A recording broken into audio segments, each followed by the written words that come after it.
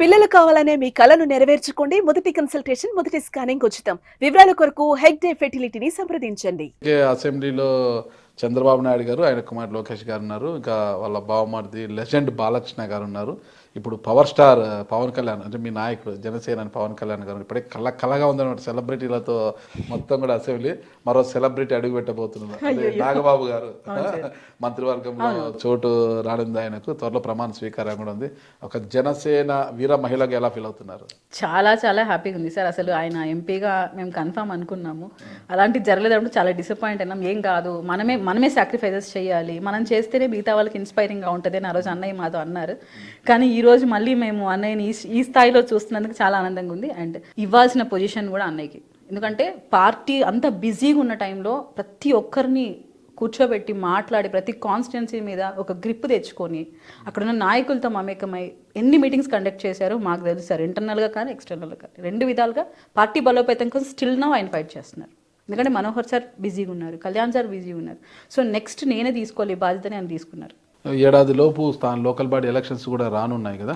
మరి స్థానిక సంస్థల ఎన్నికల్లో భాగంగా మేయర్ కావచ్చు, జెడ్పీ చైర్మన్ కావచ్చు, వీటిపైన ఏమన్నా ఆసక్తి ఉందా మీకు? ముందు కార్పొరేటర్ అవ్వాలి కదా సార్.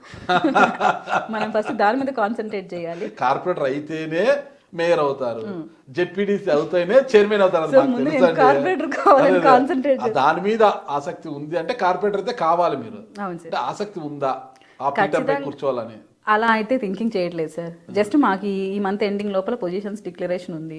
పార్టీ పదవులు ఇప్పుడు ఆల్రెడీ ఉన్నారు కదా పార్టీ పదవులు అధికార ప్రతినిధిగా. అంటే పార్టీ పదవులు అంటే ఇంకా కొంచెం యాడ్ అవుతాయి. కొన్ని పదవులు కొంచెం ఫిల్ చేస్తారు. అలాగే ప్రభుత్వ పదవులు కూడా వస్తున్నాయి, అవి కూడా ఉన్నాయి. సంక్రాంతి లోపల లిస్ట్ ఉంది. అవన్నీ అవనివ్వండి, మొత్తం అన్ని ఫిల్ అయిన తర్వాత ఎవరు మిగులుతారో వాళ్ళు దానికి పోటీ పడినివ్వండి. అందరూ ఒకే జాబితాలో మీరుండే అవకాశం ఉందా? By God's grace. అంతే కదా సార్, ఏం చెప్పలేము. ఓవరాల్ గా జనసేన వీర మహిళగా ఉన్నందుకు ఎలా ఫీల్ అవుతున్నారు? ఖచ్చితంగా చాలా హ్యాపీగా ఉంటుంది కదా సార్. ఎన్ని స్ట్రగుల్స్ పడ్డా, ఎన్ని కష్టం ఒడిదుడుకులు పడ్డా అవన్నీ ఎవరికి కనపడదు. సక్సెస్ కనపడుతుంది, కానీ దీని వెనకాల ఎన్ని స్ట్రగుల్స్ పడ్డామో మాకు తెలుస్తూ ఉంటుంది. సో ఖచ్చితంగా గర్వము, ఆనందము. నిజంగా మనం ఈ స్థాయిలో నిలబెట్టిన పార్టీ గొప్పది. ఎంతో మంది కష్టపడుతున్నారు. ఈ విధంగా ప్రోత్సహించిన మీ భర్త గొప్పవారు కాదు? ఖచ్చితంగా సార్. ఒకనొక స్టేజ్లో ఆయన కూడా భయపడ్డాడు. నిజంగానే చాలా సీరియస్ అవుతుందేమో, ఇష్యూస్ ఇంత చుట్టుముట్టేస్తున్నాయి అన్నప్పుడు ఆయన కూడా కొంచెం భయపడ్డారు. ఆ టైంలో కూడా పార్టీ మేము ఉన్నామని సపోర్ట్ ఇచ్చింది. ఎస్పెషల్లీ కళ్యాణ్ గారు.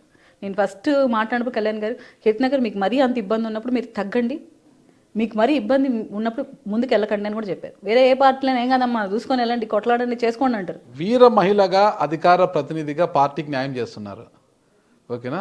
ఒక భార్యగా భర్తకు పిల్లలకి ఏ విధంగా న్యాయం చేస్తున్నారు? ఖచ్చితంగా న్యాయం చేస్తున్నానని చెప్తాను సార్. నేను ఎక్కడికైనా వెళ్తున్నానంటే ముందే అంత ఎన్విరాన్మెంట్ క్రియేట్ చేసి వాళ్ళకి అనుకూలంగా పెట్టే వెళ్తాను. పాప కూడా చాలా బాగా చదువుకుంటారు, ఇద్దరు డాన్స్ కల్చరల్ యాక్టివిటీస్ చేస్తారు. సో సింగింగ్ ఉంది ఇంట్రెస్ట్, వాళ్ళు అది కూడా నేర్చుకుంటున్నారు. పిల్లలకి ఎక్కడ ఆయనకు కానీ అత్తమ్మకి కానీ ఎక్కడ లోటు లేకుండానే మేనేజ్ చేస్తున్నాను. ఇప్పుడైనా కొంచెం రెస్ట్ తీసుకుంటున్నాను, కానీ ముందు రెండు పక్కల చేస్తారా?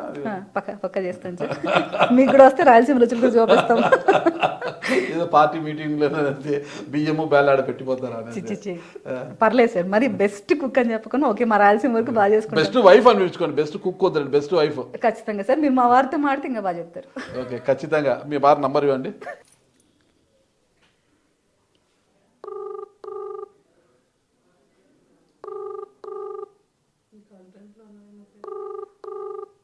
చూద్దాం, నంబర్ రింగ్ అవుతుంది. కీర్తన గారి హస్బెండ్ మున్రాజు గారి నంబర్ రింగ్ అవుతుంది.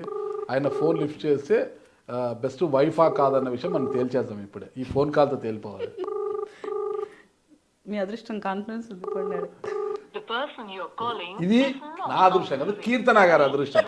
ఆయన ఫోన్ లిఫ్ట్ చేయలేదు, కీర్తన గారి అదృష్టం. కానీ ఆయన ఫోన్ లిఫ్ట్ చేసి ఉంటే తెలిసిపోయేది బెస్ట్ వైఫా కాదు. బెస్ట్ వీర మహిళ అంతవరకు ఓకే, కానీ బెస్ట్ వైఫా కాదని చెప్పాలి అంటే మాత్రము ఆయన చెప్పాలి, మున్రాజు గారు చెప్పాలి. కాబట్టి సరే, మరొక ఇంటర్వ్యూలో చూద్దాం. ఖచ్చితంగా మీరు పార్టీలో ఒక మంచి వీర మహిళగా పేరు తెచ్చుకున్నారు, ఒక బెస్ట్ వైఫ్గా కూడా పేరు తెచ్చుకొని ఉంటారనేది నేను ఆశిస్తాను. భవిష్యత్తులో మీరు ఒక అధికార ప్రతినిధే కాకోకుండా ఒక ఉన్నత స్థాయి పదవులు పొందాలనేసి ఆ దేవదేవుడు, అంటే కలియుగ దైవ వెంకటేశ్వర స్వామి పాదాల చెంతనే మీరు ఉన్నారు కాబట్టి ఆ దేవదేవుని యొక్క ఆశీర్వాదాలు మీపై ఉండాలని కోరుకుంటానండి. థ్యాంక్ యూ కీర్తన గారు. నమస్తే. Thank you so much sir.